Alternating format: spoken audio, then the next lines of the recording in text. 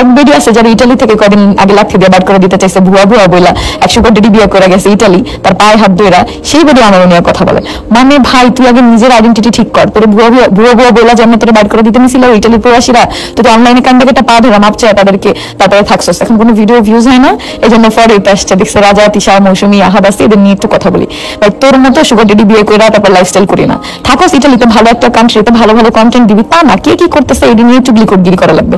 একটা কথা আছে না, ছাপড়ি তো ছাপড়ি, সেটা ইটালিতে থাকুক আর বাংলাদেশে থাকুক, একটা ছাপড়ি সব জায়গায় গেলে ছাপড়িগিরি করবে। বাংলাদেশে বসে কুটনামি করতো কে কি করতেছে না করতেছে, টিকতে না পারে বিদেশে গেছে, এখানে যাওয়া ফার্স্টে প্রবাসীদের সাথে লাগাইছে যে কে নাকি হচ্ছে কি করে কি কত কষ্ট করে হচ্ছে ইটালি যায়, কত ই করে যায়, ওনারা নাকি একদম ভিআইপি হাই ক্লাস ভাবে গেছে। তোর জামাই কিভাবে গেছিল ফার্স্টে, এটা আগে দেখ। তোর জামাই গেছে দেখে ওই সুবিধা তুই পাইছস, তোর জামাইটা তোর নিজের কোনো যোগ্যতা নেই।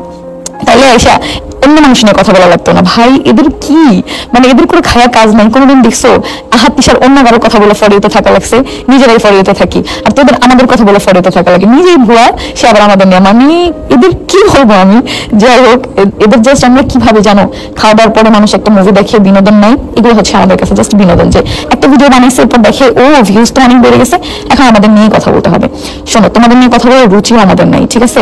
যে পরিমাণ অপমানিত তুমি হইছো ইটালিতে, তোমাকে ভুয়া ভুয়া বলে যেমনি বাইর করে দিছে মঞ্চ থেকে, অন্য কোনো মানুষ হইলে আর অনলাইনে মুখই দেখাইতো না, নিজের চেহারাটাই অনলাইনে দেখাইতো না। তারপর প্রবাসীদের পা হাত ধইরা অনলাইনে সেখান থেকে এটা মাপ চায়, তারপর আবার থাকছো, আমরা দেখছি। তো আমি যদি অপমান করা শুরু করি নিতে পারবো না, তাই আমি তোমার নামটা নিলাম না। নাম নিলে তো তুমি আরো ভাইরাল হবা, যতটুকু মানুষ তোমাকে না চিনবে তারাও চিনবে, তাই আর আমার মুখে তোমার নামটা নিলাম না। তোমার নামও আমি জানি না, আমি তোমার চিনছি এই ভুয়া ভুয়া যে বলছে না ওই দিনই যে কিরা ইটালিতে একটা মেয়েকে ভুয়া ভুয়া বলতেছে, কেন বলতেছে? ফার্স্টে তোমার জন্য সিম্পাথি হয়েছিল, পরে দেখি না তুমি এটারই যোগ্য, শুধু ভুয়া ভুয়া না, তোমাকে মঞ্চ থেকে ধাক্কা দিয়ে বের করে দেওয়া উচিত ছিল, কারণ তুমি পাকনামি বেশি করো।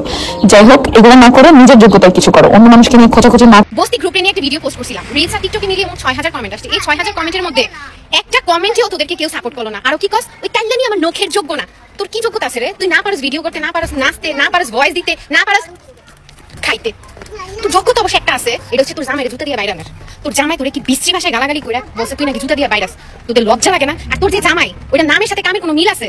আমি কন্টিনিউ একটা পেজের সঙ্গে কাজ করি, ওই পেজে তোদেরকে দিয়ে একটা কাজ করাইতে চাইছিল, তোরা তো কাজ ঠিক মতো করতে পারোস নাই। তোর জামাই 500 টাকার জন্য ওই পেজ ওনারে যে পরিমাণ বিরক্ত করছে, 500 টাকা দিতে পারবো না দেখে তোর জামাই কয় 300 দেন না, 200 টাকার জন্য লাস্ট মাস এমন হাত পাতা পাচ্ছে, তারপরে 200 টাকা তোর জামাইরে দেয় নাই। তোদের লজ্জা নাই? বস্তি ফকিনি কোথাকার, আবার মানুষের নিয়ে কথা কস।